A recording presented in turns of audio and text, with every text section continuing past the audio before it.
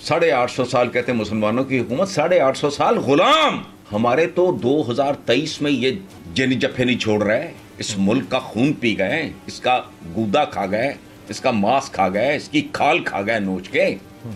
तो जो पहले होते होंगे वो तो पाकिस्तानी भी नहीं थे, वो तो मकामी भी नहीं थे, वो क्या करते होंगे? मुसलमानों की हुकूमत, कोई मुसलमानों की हुकूमत नहीं रही। काउंसलिंग करो कि ये बच्चे सोशल साइंसेज में जाएंगे, ये बच्चे प्योर साइंसेज में जाएंगे, इन बच्चों को कोई हुनर दिया जाएगा, कोई कख पता ही नहीं। 75 साल बाद भी आपके मवेशी बंधे हुए स्कूलों में, आपके इम्तिहानी मराकज नीलाम होते हैं, आपके थाने नीलाम, क्या खे और सवाई है। इस तरह तो परचून की दुकान नहीं चलती जैसे पाकिस्तान चला रहे हैं। और क्या पाकिस्तान हम करते रहते हैं, आधा तो जा चुका है। सब्सक्राइब करें और बेल दबाएं ताकि कोई खबर रह न जाए।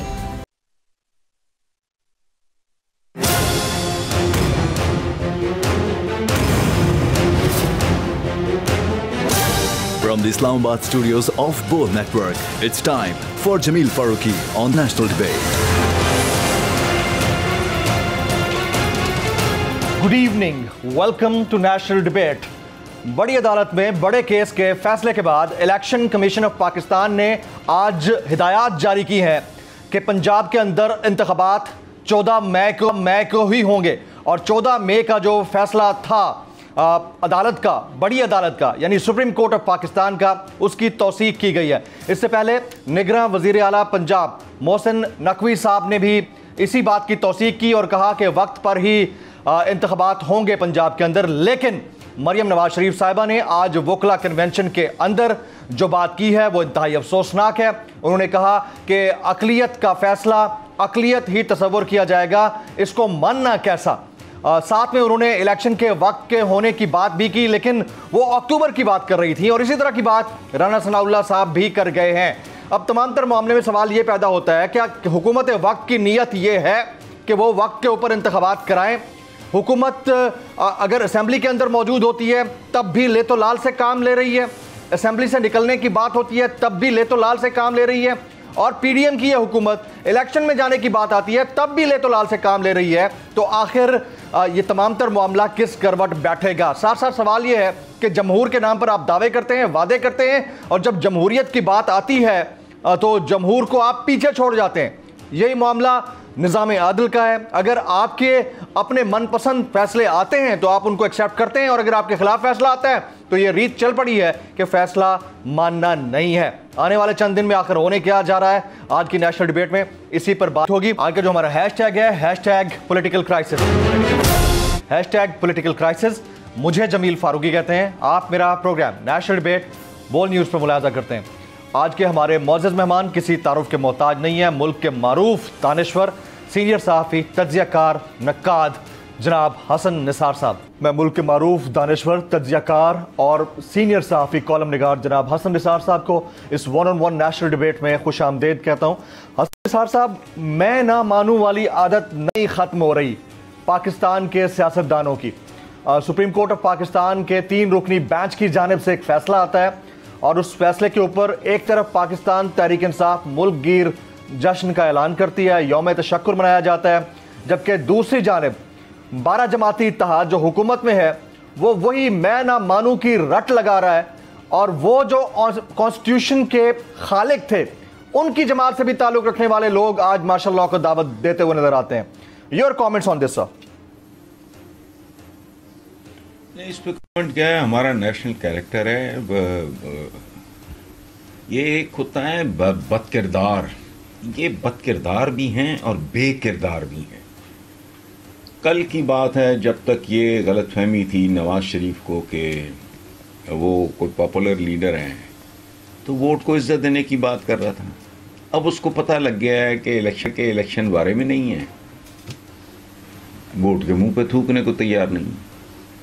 अच्छा, रह गया इन लोगों की बेहयाई का आलम। देखो, ये पैदावार है ज़ियाउल हक की। ज़ियाउल हक कौन है? Bhutto. Is claim to glory, is claim to fame is just one कि उस एहसान फरामोश ने अपने मोहसिन को मौत के घाट उतारा था, जिसे जुडिशियल मर्डर कहते हैं। ये उसकी पैदावार है। ये ये उसका खानदान है, ये सियासी बाल के बच्चे औलाद है उसकी, ज़िया-उल-हक की असली औलाद ये है। और बैठे किसके साथ हैं? और आज शहबाज शरीफ का मैं बयान पढ़ के हंस रहा था सुबह जी। वो कहता है कि जी ये देखें आइन का खालिक इस रोज़ कत्ल हुआ था, अब फिर यूं जो हो गया। वो खुदा का खौफ करो, उसकी बेटी को तुम लोग उसके बारे में गंदी गलीज जबान, जुल्फ़कार अली भुट्टो की अहलिया के बारे में जो माओ जैसी थी, तुम लोग घटिया ज़बान इस्तेमाल करते रहे। तो ये बदकिरदार भी हैं, बेकिरदार भी हैं। तो इस पे क्या तबसरा करना। अच्छा, बाकी जहाँ तक ताल्लुक़ है तो मुँह शगाफियाँ, चतर चलाकियाँ, चीम चलाकियाँ, ये अजीब व गरीब तरीके से इंटरप्रेट करना और ये और वो, सीधी सादी बात है यार। ये इंतखाबात आपने कराने हैं, अब उसमें हर तरह की गंदगी, रफूगरी, बखियागिरी वो कर रहे हैं बेहयाओं और ढीठों की तरह। ये अवाम को गाली दे रहे हैं। और मैं अदलिया का शुक्रगुजार हूँ, उसने अवाम की इज़्ज़त और आबरू का, आइन और अवाम दोनों की इज़्ज़त का उन्होंने भरम रखा है और काबिल तहसीन है। और ये क्या बात हुई पॉल भाई, तुमने बताना है? एक मफरूर बताएगा 50 रुपए के स्टैम्प पेपर पे भागा हुआ है एक आदमी, और पहली दफ़ा ज़िंदगी में नहीं भागा, पहले कभी जद्दे और कभी इधर, वो बताएगा, उसकी साहबजादी बताएगी। जो कल तक अभी आया है कोई इनके कोई एसेट्स वगैरह का, हालांकि वो एसेट्स क्या हैं, वो तो जैसे वो सबमरीन नहीं होती है, अभी उसका एंटेना सा नज़र आ रहा है वो एसेट। तो मैंने उस पर कहीं तबसरा किया है अपने ही चैनल पे शायद कि यार ये वही खातून है जो कहती थी कि बैरून मुल्क तो क्या, मेरा तो पाकिस्तान में एहसास नहीं है। अच्छा, पता नहीं 85 करोड़ 86 करोड़, मैंने कहा 1 करोड़ फालतू मुझसे ले लो, मुझे पता है वो भी झूठ है। अच्छा, वो सिर्फ मुँह झूठ वो मरियम नहीं बोलती, सब यही करते हैं। जब कभी खरीदी होगी वो पता नहीं कौन सी कीमत है, मैंने कहा ना मैं अच्छा आज मैं बढ़ा रहा हूँ आपके प्रोग्राम सर, अगर वो 85 किया है मैं 90 करोड़ देने को तैयार। ये क्या बात है? झूठ, ये सरतापा झूठ, और इन्होंने इस मुल्क को भी झूठ बना दिया। हसन निसार साहब, हालात तो जैसे भी हों, लेकिन बात वहां पर अटक जाती है जिसे हम नजरिया ज़रूरत या डॉक्ट्राइन ऑफ नेसेसिटी कहते हैं। नजरिया ज़रूरत के तहत ही फैसले होते रहे पिछले 75 साल में। एक आम आदमी के लिए ज़रा इसको डिफाइन कर दीजिएगा कि ये है क्या नजरिया ज़रूरत? नहीं, नजरिया ज़रूरत तो है, अगर आप भूखे मर रहे हैं तो खंजीर खा लो, इजाज़त है। ये क्या बात हुई? नजरिया ज़रूरत भी एक ज़रूरत है। जो उठता है वो बूथा उठा के ये इसको रेडिक्यूल करना शुरू कर देता है। नजरिया ज़रूरत ज़िंदगी की रियलिटी है। क्या करोगे? एक कोई क्रैश होता है, चलो मैं सामने रखता हूं एक बात जी। किसी जजीरे पे एक लड़का और लड़की अकेले रह जाते हैं। अब मुझे बताओ, वो मौलवी कहाँ से लाएंगे, निकाह खान कहाँ से लाएंगे, रजिस्टर कहाँ से आएगा, 4 गवाह कहाँ से आएंगे? बताओ मुझे। बिल्कुल ठीक। देखो, नजरिया ज़रूरत भी एक नजरिया है। बात होती है नीयतों की। अब अगर वाकई कोई जेन्युइन को क्राइसिस होता, देखो बेनज़ीर भुट्टो वाज मर्डर्ड, तो इलेक्शन हुए, क्या क़यामत आई है टर्की में या तुर्किया, जो भी उसका नाम है जी, वहाँ इलेक्शन हो रहा है। तुम्हारी नीयतें गंदी हैं। सो नज़रिया ज़रूरत ऑल्सो नज़रिया। यहाँ तो बूथा उठा के एक फैशन बना हुआ है उसको जस्टिस मुनीर को गाली देनी, वो छोड़ो। जब बगदाद की धज्जियां उड़ाई, क्या हज्जाज बिन यूसुफ ने जब मक्का में वो क्या कहते हैं संसारी और वो जो क्या पत्थर फेंके हवे, तो उसको गैर मुस्लिम करार दिया है किसी ने आज तक? ये क्या है? हो गया, अब आके बैठ गया एक बंदा। अच्छा मुझे बताओ यार, ये चतर चलाकियां नहीं, इंसानों वाले काम करते हैं। अव्वल तो ये हमारे फप्पा जी की इजाद नहीं है, ये वेस्टर्न डेमोक्रेसी और अदब अदाब। हम तो 850 साल कहते हैं मुसलमानों की हुकूमत, 850 साल गुलाम। हमारे तो 2023 में ये जनी जफे नहीं छोड़ रहे, इस मुल्क का खून पी गए, इसका गूदा खा गए, इसका मांस खा गए, इसकी खाल खा गए नोच के। तो जो पहले होते होंगे वो तो पाकिस्तानी भी नहीं थे, वो तो मकामी भी नहीं थे, वो क्या करते होंगे? मुसलमानों की हुकूमत, कोई मुसलमानों की हुकूमत नहीं रही। ये कमी रहे, रियाया रहे, 75 साल बाद भी बाइज्जत पाकिस्तानी, बाइज्जत इन्वर्टेड कॉमर्स में। वो अगर कहीं थाने कचहरी जाता है तो क्या लिखता है? साइल, आखिर पे लिखता है फिदवी। और तुम आज भी 2023 में भी साइल और फिदवी हो। कायदे आज़म मोहम्मद अली जिन्ना को अगर को बता देता, कोई क्रेडिबल बंदा या फरिश्ता आके कहता कि ये खानदान जाती उम्र में एक बैठा है, इनका जो है ना बेटा वो पाकिस्तान में 3 बार वज़ीर आज़म रहेगा, मेरा ख्याल है कायदे आज़म विथड्रॉ कर लेते हैं। वेरी राइट, वेरी एक वो एक तो जरदारी साहब का वो पेश करता नमूना, फिर नवाज शरीफ का। सर ये कहता जी इतने साल ये जो मुल्क बनाने गए हो ना, तो इतने साल इन्होंने खाना है, ऐसा ही है, इतने साल ये खा जाएंगे। मेरा ख्याल है मोहम्मद अली जिन्ना वापस इंग्लैंड चले जाते। बात तो गई यार, तो क्या मजाक बनाया हुआ? कल तो इज्जत दो। अब पता लगा कि पाँव के नीचे से जमीन निकल गई है, इनकी कोई औकात और हैसियत नहीं रह गई। माल बहुत है, पाकिस्तान जितना मुल्क शायद कहीं खरीद लेंगे, मैं बताऊं, लेकिन इज्जत और मकबूलियत नहीं। Chapter totally closed. अब ये नदामत लीग है, या अगर मीम है तो ये माजरत लीग है, माफी लीग है, मातम लीग है, और क्या है इनके पल्ले? बड़ी बड़ी इतनी इतनी इतनी चोंचे हैं, इतनी लंबी जुबानें। इस सारी सिचुएशन में सर लीग को छोड़े पार्टी का क्या किरदार है? जो दस्तूर पाकिस्तान के खालिक समझे जाते हैं, शहीद जुल्फ़िकार अली भुट्टो के पैरोकार, उनका क्या किरदार है? बिलावल साहब का, बाकी फैमिली का? कुछ भी नहीं। मैंने कहा, मैं हमेशा कहता हूं ये मुहिमजू लोग हैं सारे, और ये अपॉर्चुनिस्ट हैं, खत्म। जो उनकी वालिदा के बारे में, जो उनके वालिद के साथ, जरदारी साहब के साथ उन्होंने किया, जुबान काटी, तो सवाल ही नहीं पैदा होता। और ये मैग्नानिमिटी नहीं है। एक तो ये है ना कि हुजूर ने फतह मक्का के बाद आम माफी और ये वो जो अपने घर में चला जाए, काबा में आ जाए, अबू सुफियान के घर से सबको यानी माफी माफी, ये वो नहीं है। ये भाई रोकड़ा इक़्तिदार ना, वालिदा के लिए इस्तेमाल की गई ज़बान याद है इनको, और वालिदा की जो वालिदा के बारे में ज़बान ना, वो या कुछ भी नहीं है। बैठे हैं फिर, मतलब कोई कैरेक्टर सिरे से है ही नहीं। कल मुमकिन है फिर ये दस्तों मां हो, ये भी कोई बाइद नहीं है। ये देख लेना आप।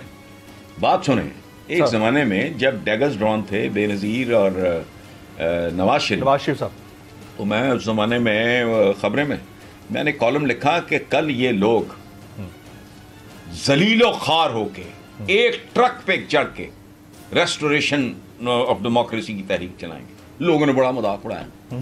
फिर क्या हुआ? वही हुआ, वो क्या मिसाके जमहूरियत, बेशर्म और ढीटों की तरह फिर इकट्ठे। इनको छोड़े, ये लोगों के खिलाफ ये गैंग्स हैं। पाकिस्तान इनके लिए एक प्लांट की तरह है।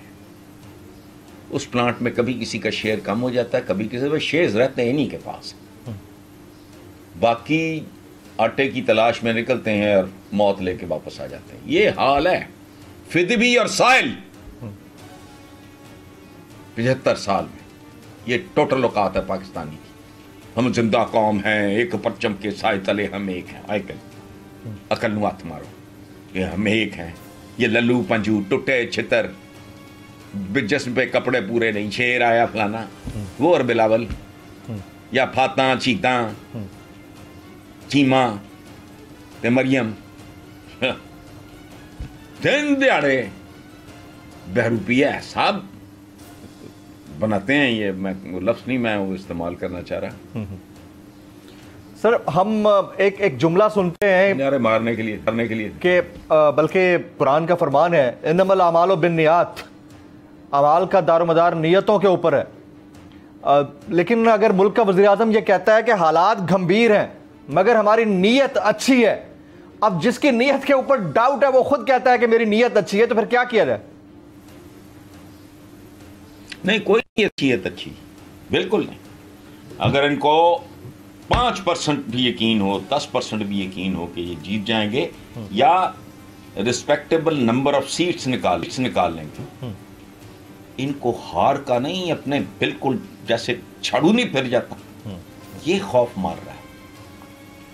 अच्छा, मैं एक थीसिस इस मुल्क में फ्लोट कर चुका हूं सर 2 डिफरेंट फोरम्स पे कि एक बात सुनो, अकल के अंधो, ओ बुज़दिलो, इलेक्शन कराओ और ये सोच के कराओ कि तुमने हारना है।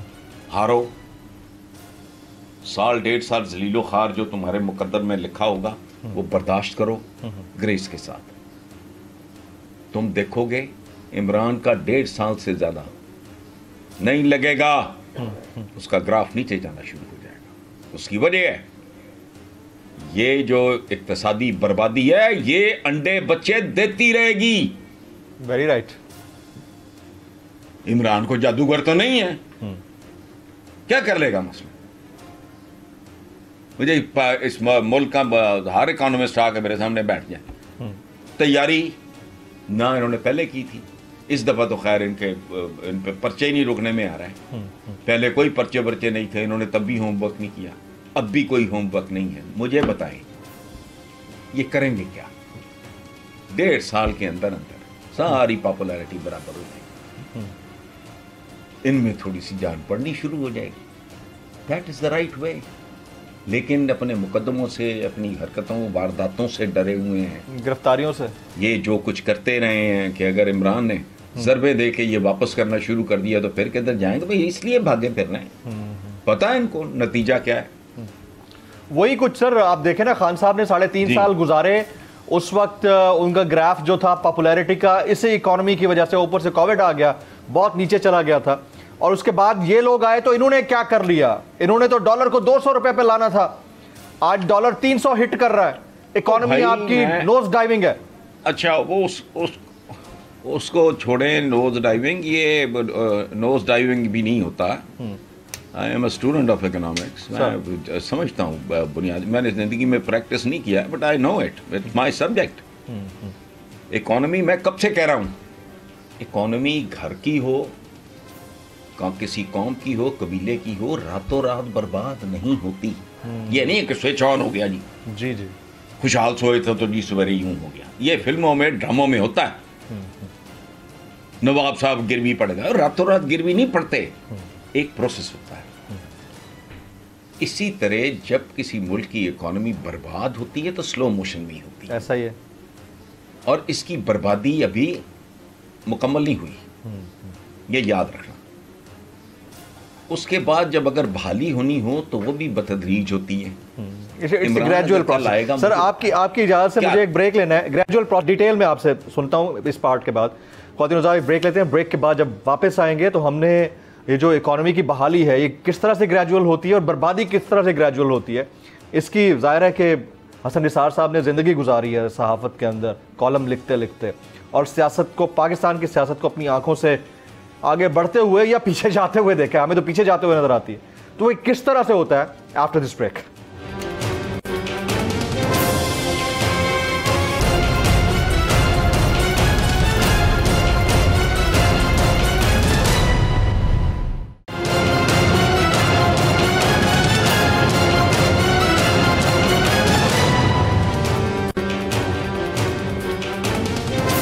मैं मुल्क के मारूफ दानिश्वर, तज्ज़ियाकार और सीनियर सहाफ़ी, कॉलम निगार जनाब हसन निसार साहब को इस 1-on-1 नेशनल डिबेट में एक बार से खुश आमदीद कहता हूँ। ब्रेक से पहले हसन निसार साहब बड़ी इंपॉर्टेंट बात कर रहे थे। हसन साहब, ये किस तरह का ग्रेजुअल प्रोसेस है कि तबाही भी ग्रेजुअल और उसकी जो रिहैबिलिटेशन है वो भी ग्रेजुअल?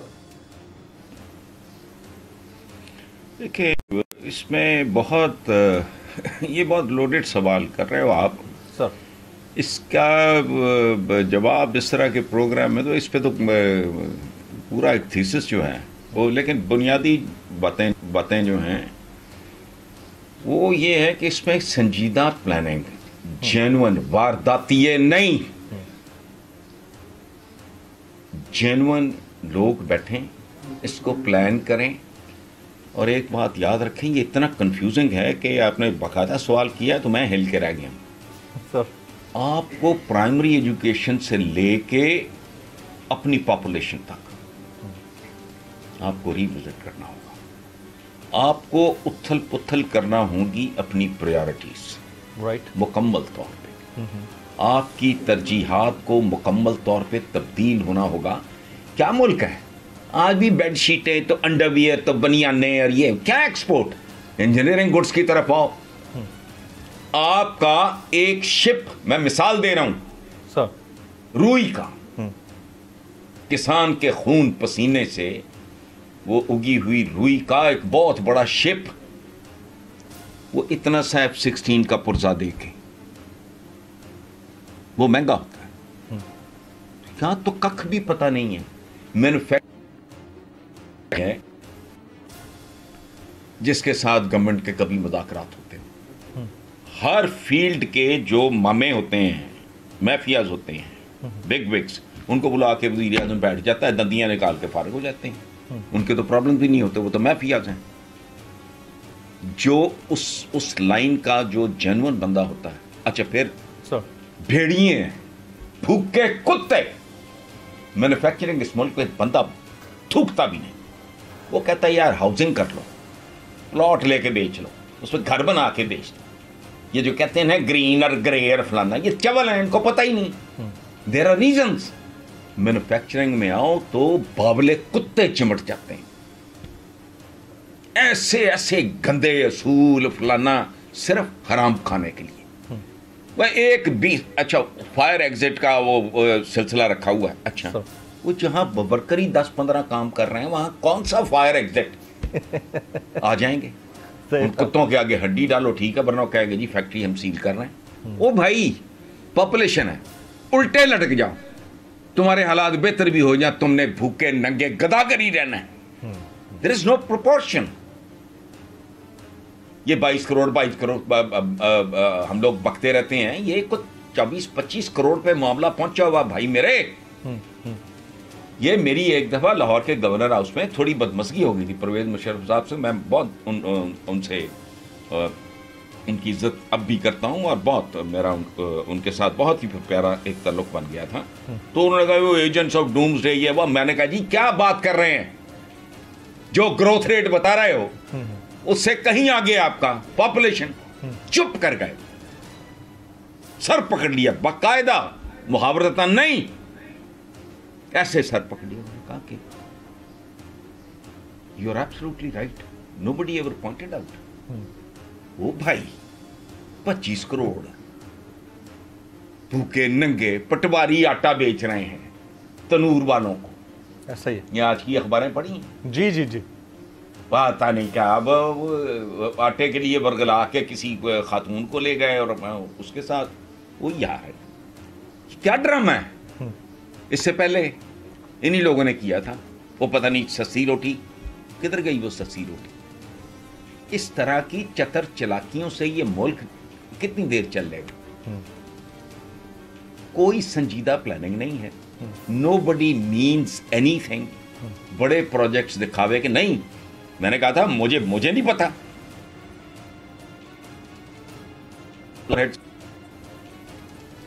जरूरी होते हैं लेकिन प्रायोरिटीज हैं।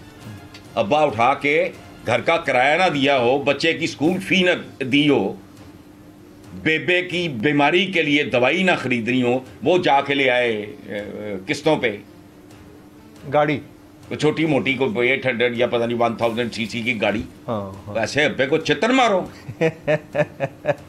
तो इस तरह ये मुल्क चल रहा है। लंबी कहानी। प्राइमरी एजुकेशन, ये गंद बंद करो। MA Urdu, MA political science, और लानत तो है, ये कोई सब्जेक्ट्स हैं। दुनिया कहाँ से कहाँ पहुंच गई। कोटा करो, इससे ज्यादा नहीं। काउंसलिंग हो बंदे को 8वीं 10वीं या कोई भी, मुझे नहीं पता, ही मेरा सब्जेक्ट नहीं है, लेकिन मुझे इतना शौक जरूर है कि होना क्या चाहिए। काउंसलिंग करो कि ये बच्चे सोशल साइंसेज में जाएंगे, ये बच्चे प्योर साइंसेज में जाएंगे, इन बच्चों को कोई हुनर दिया जाएगा, कोई कक पता ही नहीं। 75 साल बाद भी आपके मवेशी बंधे हुए स्कूलों में, आपके इम्तिहानी मराकज नीलाम होते हैं, आपके थाने नीलाम, क्या खे और सवाई है। इस तरह तो परचून की दुकान नहीं चलती जैसे पाकिस्तान चला रहे हैं। और क्या पाकिस्तान पाकिस्तान हम करते रहते हैं, आधा तो जा चुका है। ऐसा ही है सर, ये हम मुसलसल डिसीव होते हैं एक लफ्ज़ जमहूर सुन के। ये सारे पूरे पाकिस्तानी सुबह दोपहर शाम जमहूर और जमहूरियत का राग अलापते देखते हैं, तमाम सियासतदानों को भी और नॉन पॉलिटिकल एक्टर्स को भी। लेकिन मैंने अपने सहाफ़ती करियर में वैसे इन जनरल भी मैंने बच्चा जमहूरा तो देखा है, जमहूर तो मुझे जलील और ख्वार ही नजर आया है। आप क्या कहेंगे? नहीं, मेरा तो आर्गुमेंट है कि पाकिस्तान में जमहूरियत एक ऐसी चुड़ैल है जिसने रूप धारा हुआ है एक हसीन औरत का। लोग इसकी तरफ लपकते हैं उसका हुस्न देख के, और वो दांत गाड़ देती है। आर्ग्यूमेंट मेरा बहुत सादा है और अब से नहीं है, कई सालों से है कि जमहूरियत निकला लफ्ज़ जमहूर से। जमहूर कहते हैं अवाम को। तो तुम्हारी असेंबलियों से लेके सेनेट तक अवाम नाम की तो चीज़ ही कोई नहीं। आइन आइन करते हो, आइन किसने बनाया? सरदारों ने, वडेरों ने, जागीरदारों ने? बताएं। अब्दुल हफीज पीरज़ादा, जुल्फ़कार अली भुट्टो, वली खां, फलाना टमकाना, तोंदे शोंदे, ये क्या है? कोई वहां था, कोई इकोनॉमिस्ट बैठा हो आइन के बनने में, कोई रिटायर्ड वाइस चांसलर बैठा हो, कोई बड़ा, कोई टॉप का इंजीनियर, बुढ़ा बाबा 65-70 साल का रिटायर्ड, वो कौन थे? ये 2 नंबर किस्म की लैंड रिफॉर्म थी। अच्छा छोड़ो, सारा झूठ है। All this is rubbish, fraud है सर। इसी का नतीजा है कि यहां पहुंचे। फ्रॉड है, टोटल फ्रॉड। तो हम टोटल फ्रॉड, अपनी नस्लों को फ्रॉड दिखा रहे हैं। गया फ्रॉड दिखा रहे हैं। उसका जहाज नहीं फट गया, इतना बददियानत आदमी था वो। बड़े से बड़े मुजरिम को भी ना फांसी की सजा के बाद वो हवाले कर दिया जाता है उसके वर्षा के। भुट्टो की अहलिया और बेटी को शक्ल देखने नसीब नहीं हुई। आज भी तस्वीरें छपती हैं, बांध की चारपाई पे एक बेबस लावारिस लाश पड़ी है। 6-8 हैं जिनमें चंद सरकारी कानिंदे, 8 बंदे हैं। तस्वीर अक्सर छपती है, देख लेना। और वो 9 साल तक बैठा रहा, और उसको सजा क्या मिली? उसका वजूद ही मिटा दिया गया। ये मैं नहीं कहता, पिंडी में ये, वहां वो इस्लामाबाद में कहते हैं जबड़ा स्टॉप। जयाउल्लाह की कब्र है, जयाउल्लाह को है ही नहीं वहां। ये भयानक सजा कुदरत ने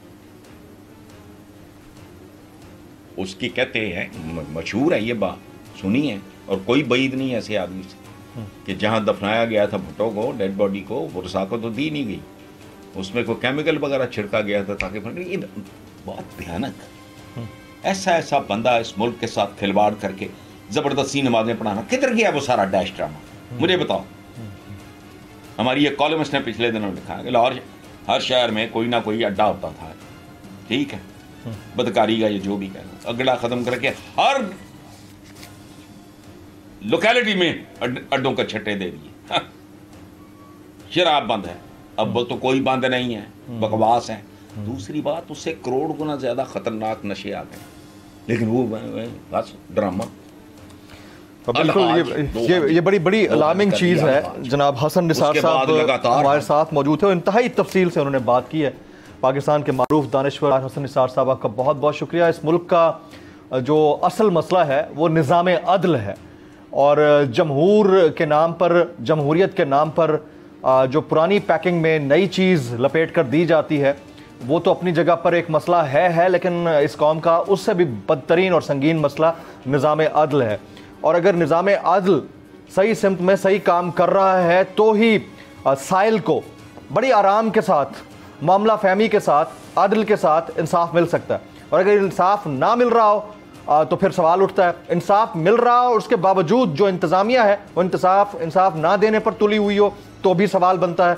और सवाल ये भी बनता है कि अगर कोई हक सच के साथ खड़ा होता है और इंसाफ का साथ देता है और अदलिया के खिलाफ जारी एक संगीन बर्बरियत पर मबनी, गलाजत पर मबनी मुहिम को नेगेट करता है तो उसको उसका खमियाजा भुगतना पड़ता है। और वही हमारे चैनल यानी बोल्ड टेलीविजन ने और बोल्ड टीवी की इंतज़ामिया और हमारे को चेयरमैन शुएब शेख साहब ने भुगता है। और हम उसके लिए तैयार भी हैं, हम अपनी गर्दनें भी कटाने के लिए तैयार हैं क्योंकि हम निज़ाम अदल, निज़ाम इंसाफ के साथ खड़े हुए हैं। शुएब शेख साहब जो भी बात करते हैं दुरुस्त होती है। मैं तो अक्सर ये कहता रहता हूँ कि शुएब शेख साहब इज़ ऑलवेज राइट। उसकी वजह यह है कि ख़ास तौर पर निज़ाम आदल के मामले के ऊपर जितना सख्त और सीरियस स्टैंड उन्होंने लिया है, पाकिस्तान के अंदर किसी मीडिया ओनर ने नहीं लिया है। वो क्या कहते हैं मुझे याद दीजिएगा, आइए आपको ये वाला साउंड बाउट सुना देते हैं। अब तो नजर आ रहा है सामने लिखा हुआ है जुल्म मिटने के लिए, दो चीजों से मिटेगा भाई, दो चीजों से, मेरा ईमान है दो चीजों से मिटेगा। एक, अदल की कुर्सी पे जो लोग बैठते हैं ना वो अदल के हिसाब से फैसले करने लगे। निजाम बाद में चेंज होगा अदल का निजाम, लेकिन ये भी फैसले उस तरीके के करने लगे तो चेंज हो जाएगा। ये जुल्म जालिम जुल्म कर ही नहीं सकेगा। दूसरा, कौम निकल खड़ेगी उस जुल्म के खिलाफ तो जुल्म खत्म हो जाएगा। या इन दोनों में से कोई एक चीज हो जाए या दोनों हो जाए।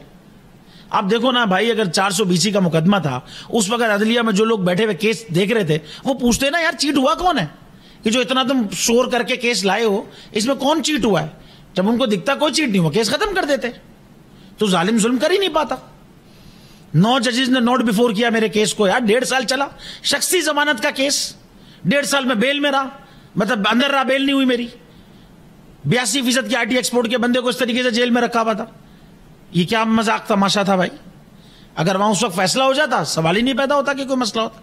सेम केस इस्लामाबाद में कर दिया। एक ही इल्जाम पे 2 केस हो नहीं सकते भाई।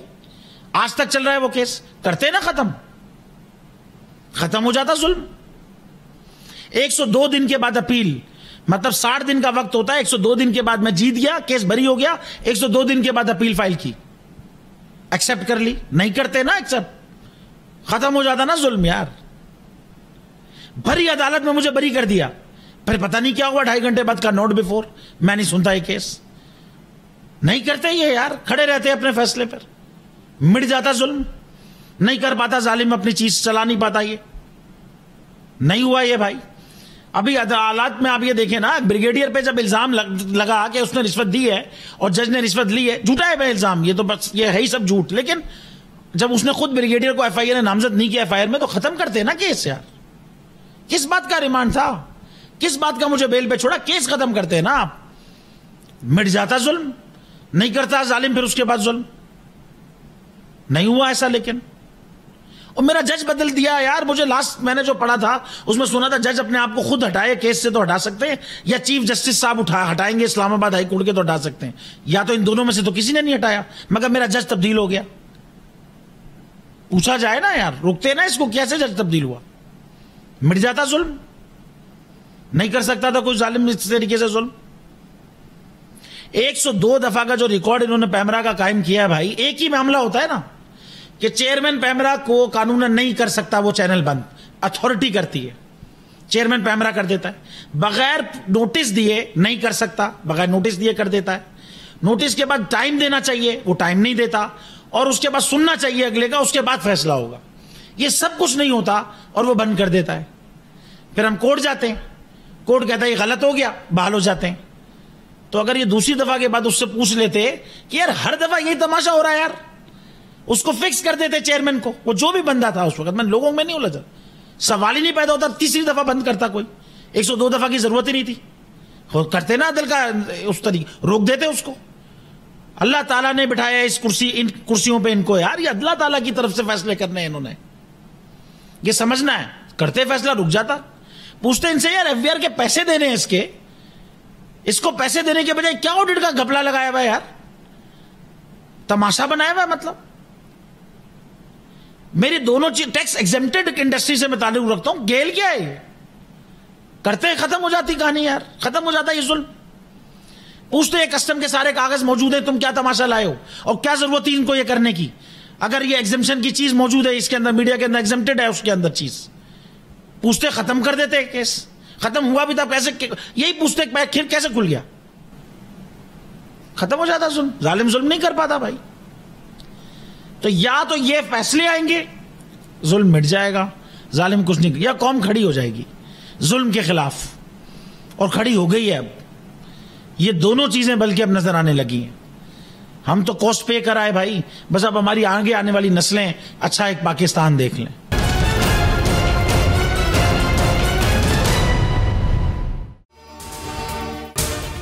अगर आपको ये वीडियो पसंद आई हो तो सब्सक्राइब कीजिए और बेल आइकन जरूर हिट कीजिएगा। तो नजर आ रहा है सामने लिखा हुआ है जुल्म मिटने के लिए दो चीजों से मिटेगा भाई। एक, अदल की कुर्सी पे जो लोग बैठते हैं ना, वो अदल के हिसाब से फैसले करने लगे। दूसरा, कौम निकल खड़ी हो जुल्म के खिलाफ, तो जुल्म खत्म हो जाएगा। या इन दोनों में से कोई एक चीज हो जाए या दोनों हो जाए। अगर 420 का मुकदमा था, उस वक्त अदलिया में जो लोग बैठे हुए केस देख रहे थे, वो पूछते ना यार चीट हुआ कौन है? जब उनको दिखता कोई चीट नहीं हुआ, केस खत्म कर देते। तो जालिम जुल्म कर ही नहीं पाता। 9 जजेस ने नोट बिफोर किया मेरे केस को यार, 1.5 साल चला। शख्सी जमानत का केस, सेम केस इस्लामाबाद में कर दिया। एक ही इल्जाम पे 2 केस हो नहीं सकते भाई।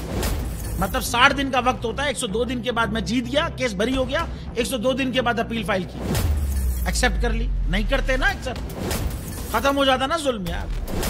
भरी अदालत में मुझे बरी कर दिया, फिर पता नहीं क्या हुआ, 2.5 घंटे बाद का नोट बिफोर, मैं नहीं सुनता ये केस। खड़े रहते अपने फैसले पे, मिट जाता जुल्म। अल्लाह ताला ने बिठाया इस इन कुर्सियों पे इनको यार, ये अल्लाह ताला की तरफ से फैसले करने हैं। तो या तो ये फैसले आएंगे, जुल्म मिट जाएगा, या कौम खड़ी हो जाएगी जुल्म के खिलाफ।